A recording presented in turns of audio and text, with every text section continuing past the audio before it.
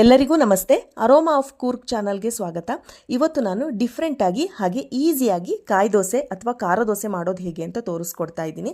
ತುಂಬಾ easy recipe, ತುಂಬ ಬೇಗನೆ ಇದನ್ನು ಮಾಡ್ಕೋಬಹುದು. ಬೆಳಗಿನ ಬ್ರೇಕ್ಫಾಸ್ಟ್ಗೆ ಮಾಡಿಕೊಂಡ್ರೆ ತುಂಬಾ ಚೆನ್ನಾಗಿರುತ್ತೆ. ಹಿಟ್ಟನ್ನು ನೆನೆಸಿಡೋ ಅವಶ್ಯಕತೆ ಇಲ್ಲ. ದೋಸೆ ಮಾಡುವಾಗ ಹಿಟ್ಟನ್ನು ರುಬ್ಕೊಂಡು ಇದನ್ನು ಮಾಡ್ಕೋಬಹುದು. ಇದು ಚಿಕ್ಕ ಮಕ್ಕಳಿಗೆಲ್ಲ ತುಂಬಾ ಇಷ್ಟ ಆಗುವಂತಹ ರೆಸಿಪಿ. ಇದನ್ನು ಮಾಡೋದು ಹೇಗೆ ಅಂತ ನೋಡೋಣ. ನಾನಿಲ್ಲಿ 1 ಲೋಟದಷ್ಟು ಅಕ್ಕಿನ 6 ಅವರ್ಸ್ ನೆನೆಸಿ ಇಟ್ಟಿದ್ದೀನಿ. ಹಾಗೆ ಇದಕ್ಕೆ ಸ್ವಲ್ಪ ತೆಂಗಿನಕಾಯಿನ ತೊಗೊಂಡಿದ್ದೀನಿ. ಹಾಗೆ ಖಾರಕ್ಕೆ ಬೇಕಾದಷ್ಟು ಹಸಿ ಮೆಣಸಿನಕಾಯಿ, 1 ಈರುಳ್ಳಿನ ದೊಡ್ಡದಾಗಿ ಹೆಚ್ಚಿಟ್ಕೊಂಡಿದ್ದೀನಿ, ಸ್ವಲ್ಪ ಕರಿಬೇವು, ಹಾಗೆ ಕೊತ್ತಂಬರಿ ಸೊಪ್ಪನ್ನ ತೊಳೆದಿಟ್ಕೊಂಡಿದ್ದೀನಿ. ಹಾಗೆ ಸ್ವಲ್ಪ ಶುಂಠಿ ಮತ್ತು ಬೆಳ್ಳುಳ್ಳಿನ ಸಣ್ಣದಾಗಿ ಹೆಚ್ಚಿಟ್ಕೊಂಡಿದ್ದೀನಿ. ಹಾಗೆ ಸ್ವಲ್ಪ ಜೀರಿಗೆ, ರುಚಿಗೆ ತಕ್ಕಷ್ಟು ಉಪ್ಪು, ಇಷ್ಟನ್ನು ತೊಗೊಂಡಿದ್ದೀನಿ. ಈಗ ಇದನ್ನು ಮಾಡೋದು ಹೇಗೆ ಅಂತ ನೋಡೋಣ. ಮೊದಲಿಗೆ ಒಂದು ದೊಡ್ಡ ಮಿಕ್ಸಿ ಜಾರ್ಗೆ ನಾನಿಲ್ಲಿ ನೆನೆಸಿಟ್ಟಿರುವಂತಹ ಅಕ್ಕಿನ ನೀರನ್ನ ತೆಗೆದು ಹಾಕೋತಾ ಇದ್ದೀನಿ. ನಾನಿಲ್ಲಿ 6 ಅವರ್ಸ್ ನೆನೆಸಿಟ್ಟಿದ್ದೀನಿ. ಬೆಳಗ್ಗೆ ಇದನ್ನು ಮಾಡ್ಕೊಳ್ಳೋದಾದರೆ ನೈಟ್ ನೆನೆಸಿಟ್ರೆ ಸಾಕಾಗುತ್ತೆ. ಅಕ್ಕಿ ಎಲ್ಲ ಹಾಕೊಂಡ್ಮೇಲೆ ಇದಕ್ಕೆ ಹಸಿ ಮೆಣಸಿನ್ಕಾಯಿನ ಹಾಕೋತಾ ಇದ್ದೀನಿ. ಖಾರ ನೋಡಿಕೊಂಡು ಮೆಣಸಿನ್ಕಾಯಿನ ಹಾಕೋಬಹುದು. ಈಗ ಸ್ವಲ್ಪ ಈರುಳ್ಳಿ, ಶುಂಠಿ ಹಾಗೆ ಬೆಳ್ಳುಳ್ಳಿ,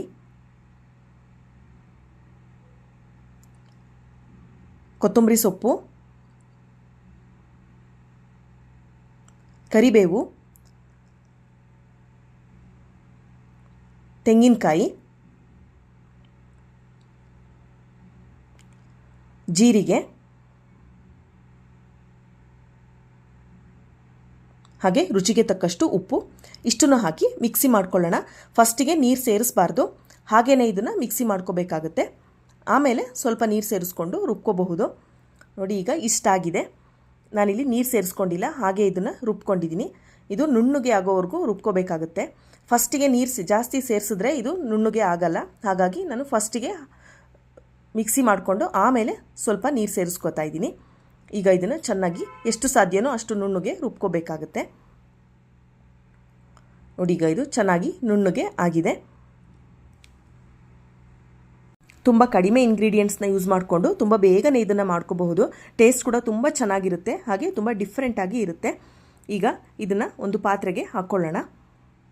ಪಾತ್ರೆಗೆ ಹಾಕ್ಕೊಂಡು ಇದಕ್ಕೆ ಸ್ವಲ್ಪ ನೀರನ್ನು ಸೇರಿಸ್ಕೋಬೇಕಾಗುತ್ತೆ. ನೀರು ದೋಸೆ ಹದದಷ್ಟು ಹಿಟ್ಟನ್ನು ಮಾಡ್ಕೋಬೇಕಾಗುತ್ತೆ. ನೀರು ದೋಸೆಗೆ ಎಷ್ಟು ನೀರು ಸೇರಿಸ್ಕೋತೀವೋ ಅಷ್ಟು ನೀರನ್ನ ಸೇರಿಸ್ಕೋಬೇಕಾಗುತ್ತೆ. ನಾನಿಲ್ಲಿ ಜಾರನ್ನೆಲ್ಲ ಚೆನ್ನಾಗಿ ತೊಳೆದು ಇದಕ್ಕೆ ಸೇರಿಸ್ಕೋತಾ ಇದ್ದೀನಿ. ಇಷ್ಟು ಸೇರಿಸ್ಕೊಂಡ್ಮೇಲೆ ಇದನ್ನು ಚೆನ್ನಾಗಿ ಮಿಕ್ಸ್ ಮಾಡ್ಕೊಳ್ಳೋಣ.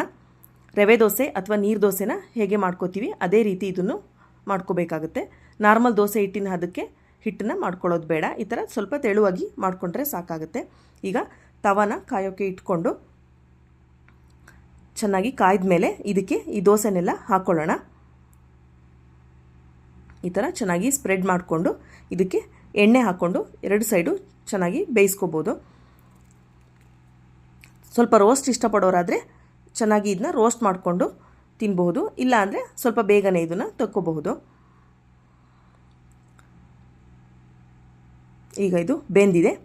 ಈಗ ಇದನ್ನು ಮಗುಚ್ಕೊಂಡು ಇನ್ನೊಂದು ಸೈಡು ಬೇಯಿಸ್ಕೊಳ್ಳೋಣ. ನಾರ್ಮಲ್ ಪ್ಲೈನ್ ದೋಸೆ ತಿಂದು ಬೋರ್ ಆಗಿದ್ದರೆ ಸ್ವಲ್ಪ ಡಿಫ್ರೆಂಟಾಗಿ ಈ ಥರನೂ ದೋಸೆ ಮಾಡಿಕೊಟ್ರೆ ಎಲ್ಲರಿಗೂ ಇದು ತುಂಬಾ ಇಷ್ಟ ಆಗುತ್ತೆ. ಈಗ ಇದೇ ರೀತಿ ಎಲ್ಲ ದೋಸೆನೂ ಹಾಕ್ಕೊಳ್ಳೋಣ. ನೀವಿನ್ನೂ ನಮ್ಮ ಚಾನಲ್ಗೆ ಸಬ್ಸ್ಕ್ರೈಬ್ ಆಗಿಲ್ಲ ಅಂದರೆ ಈಗಲೇ ಸಬ್ಸ್ಕ್ರೈಬ್ ಮಾಡಿಕೊಂಡು ಪಕ್ಕದಲ್ಲಿರುವಂತಹ ಬೆಲ್ಲೈಕನ್ನ ಕ್ಲಿಕ್ ಮಾಡಿ. ನಾವು ಮಾಡೋ ಎಲ್ಲ ಹೊಸ ಅಡುಗೆಗಳ ನೋಟಿಫಿಕೇಷನ್ ನಿಮಗೆ ಬರುತ್ತೆ. ಈಗ ಇದೇ ರೀತಿ ಎಲ್ಲ ದೋಸೆನೂ ಬೇಯಿಸ್ಕೊಳ್ಳೋಣ. ಇದು ತುಂಬ ಬೇಗನೆ ಬೇಯುತ್ತೆ. 1 ರಿಂದ 2 ನಿಮಿಷದಲ್ಲಿ ಎಲ್ಲ ಇದು ಬೆಂದ್ಬಿಡುತ್ತೆ. ರೋಸ್ಟ್ ಬೇಕಿದ್ರೆ ಸ್ವಲ್ಪ ನಿಧಾನಕ್ಕೆ ಮೀಡಿಯಮ್ ಫ್ಲೇಮ್ ಇಟ್ಕೊಂಡು ರೋಸ್ಟ್ ಮಾಡ್ಕೋಬಹುದು. ಈಗ ಇದು ಆಗಿದೆ. ನೋಡಿದ್ರಲ್ಲ ಎಷ್ಟು ಸಿಂಪಲ್ಲಾಗಿ ಹಾಗೆ ಈಸಿಯಾಗಿ ಕಾಯಿ ದೋಸೆನ ಮಾಡ್ಕೋಬಹುದು ಅಂತ. ಟೇಸ್ಟ್ ಕೂಡ ತುಂಬಾ ಚೆನ್ನಾಗಿರುತ್ತೆ. ಒಂದು ಸಲ ಟ್ರೈ ಮಾಡಿ ನೋಡಿ. ಎಲ್ಲರಿಗೂ ಇದು ತುಂಬಾ ಇಷ್ಟ ಆಗುತ್ತೆ. ಹಾಗೆ ಚಿಕ್ಕ ಮಕ್ಕಳು ಕೂಡ ಇದನ್ನು ಇಷ್ಟಪಟ್ಟು ತಿಂತಾರೆ. ತುಪ್ಪ ಅಥವಾ ಬೆಣ್ಣೆ ಜೊತೆನೂ ಇದನ್ನು ತಿನ್ನಬಹುದು, ಅಥವಾ ಚಟ್ನಿ ಕರಿ ಬೇಕಾದರೂ ಇದ್ರ ಜೊತೆನೂ ಬೇಕಾದರೆ ತಿನ್ನಬಹುದು. ತುಂಬಾ ಚೆನ್ನಾಗಿರುತ್ತೆ. ಇಷ್ಟ ಆಗಿದ್ದರೆ ವಿಡಿಯೋ ಹೇಗಿತ್ತು ಅಂತ ಕಮೆಂಟ್ ಮಾಡಿ ತಿಳಿಸಿ. ಹಾಗೆ ಒಂದು ಲೈಕ್ ಕೊಟ್ಟು ಸಬ್ಸ್ಕ್ರೈಬ್ ಮಾಡಿ. ಇದೇ ರೀತಿ ನಮ್ಮ ಚಾನಲ್ಗೆ ಸಪೋರ್ಟ್ ಮಾಡ್ತಾಯಿರಿ. ಇದೇ ರೀತಿ ರುಚಿಕರವಾದ ಅಡುಗೆಗಳಿಗೋಸ್ಕರ ನಮ್ಮ ಚಾನಲ್ನ ವೀಕ್ಷಿಸ್ತಾ ಇರಿ. Thank you for watching.